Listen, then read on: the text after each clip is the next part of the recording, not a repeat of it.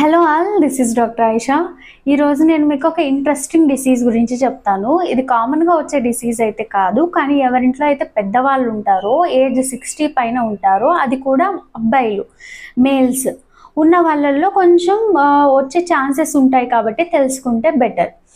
So వాళ్ళు ఇప్పుడు ఏంటంటే తినేటప్పుడు మింగడానికి గొంతు ఇబ్బందిగా ఉంది, మింగేటప్పుడు నొప్పి వస్తుంది, ఇలాంటి కంప్లైంట్ చెప్తారు.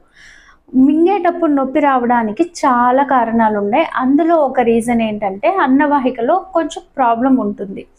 అంతేకాకుండా దాంతోపాటు వాళ్ళు తిన్న ఫుడ్ మళ్ళీ బయటికి వచ్చేస్తుంది అనేసి ఒకటి చెప్తారు. అది కానీ లేదంటే వాళ్ళు మాట్లాడుతున్నా ఏం చేస్తున్నా వాళ్ళ శ్వాస కూడా మనకి కొంచెం బ్యాడ్ స్మెల్ వస్తూ ఉంటుంది. హాలిటోసిస్ అనేసి అంటారు మెడికల్ లాంగ్వేజ్లో. కొంచెం బ్యాడ్ స్మెల్ వస్తూ ఉంటుంది. ఇలా ఉన్నప్పుడు దీన్ని డయాగ్నోసిస్ ఎలా చేస్తాము అంటే, ఇలా మింగటంలో నొప్పి రావడము, తిన్నది రిగర్జిటేషన్ అంటారనమాట. అంటే ఏంటంటే తిన్నది మళ్ళీ బయటికి వచ్చినట్టు ఉండడము, అండ్ కొంచెం బ్యాడ్ స్మెల్ కూడా రావడము, ఇలాంటివి ఉన్నట్టయితే దీన్ని జింకర్స్ డయావర్టికులం అని డయాగ్నోసిస్ చేస్తాము. ఏంటంటే మన అన్నవాహికలో ఇది 25 సెంటీమీటర్స్ ట్యూబ్ లాంటిది అనమాట. కొన్ని లేయర్స్ ఉంటాయి, మ్యూకోజా, సబ్ మ్యూకోజా, ఇట్లా లేయర్స్ ఉంటాయి.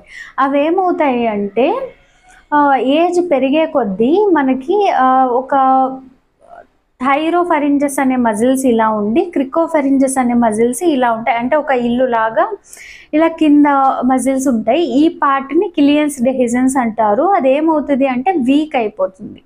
అది వీక్ అయిపోయి పౌచ్ లాగా బయటకు వచ్చేస్తుంది. ఆ పౌచ్లో మనం తినేది స్టోర్ అయిపోతుంది. దీనివల్ల ఇది ఈ అన్నవాహికని బరువు పెట్టి కంప్రెస్ చేస్తుంది. దీనివల్ల మనం తినేటప్పుడు మింగేటప్పుడు నొప్పి వస్తుంది. అంతేకాకుండా బయటకు వచ్చేసినట్టు ఉంటుంది. ఇందులో ఈ పౌచ్లో స్టోర్ అయిపోవడం వల్ల అది అలానే ఉండిపోయి బ్యాడ్ స్మెల్ కూడా వస్తూ ఉంటుంది. సో పెద్దవాళ్ళల్లో ఈ కంప్లైంట్స్ కనుక ఉన్నట్టయితే దీన్ని డయాగ్నోసిస్ చేస్తారు. ఇది డాక్టర్ ఎలా చేస్తారు అంటే, బేరియం స్వాలో టెస్ట్ అనేసి ఒక ఇన్వెస్టిగేషన్ ఉంటుంది. మనం చూసినప్పుడు మనకు ఆ పౌచ్ క్లియర్గా డాక్టర్కి తెలుస్తుంది.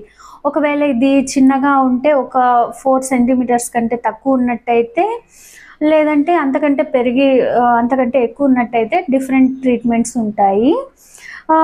ఆ పౌచ్ని కట్ చేసి మొత్తం అన్నవాహికలో కలిపేయడం, ఇలా చిన్న సర్జరీ చేసి ఈ పౌచ్ని మళ్ళీ అన్నవాహికలో కలపడం ఇలా జరుగుతూ ఉంటుంది. లేదంటే ఈ పౌచ్ని మొత్తం స్టాపిల్ చేసినట్టు పెట్టేయడం, కట్ చేయడం, తీసేయడం, ఇలా పేషెంట్ హెల్త్ కండిషన్ బట్టి వాళ్ళ పొజిషన్ బట్టి డాక్టర్ నిర్ణయిస్తారు ఏం చేయాలనేసి. సో మన ఇంట్లో పెద్దవాళ్ళు ఎవరైనా ఇలాంటి కంప్లైంట్స్ చెప్తున్నట్టయితే నెగ్లెక్ట్ చేయకుండా డాక్టర్ దగ్గరికి తీసుకెళ్ళండి. Thanks for watching.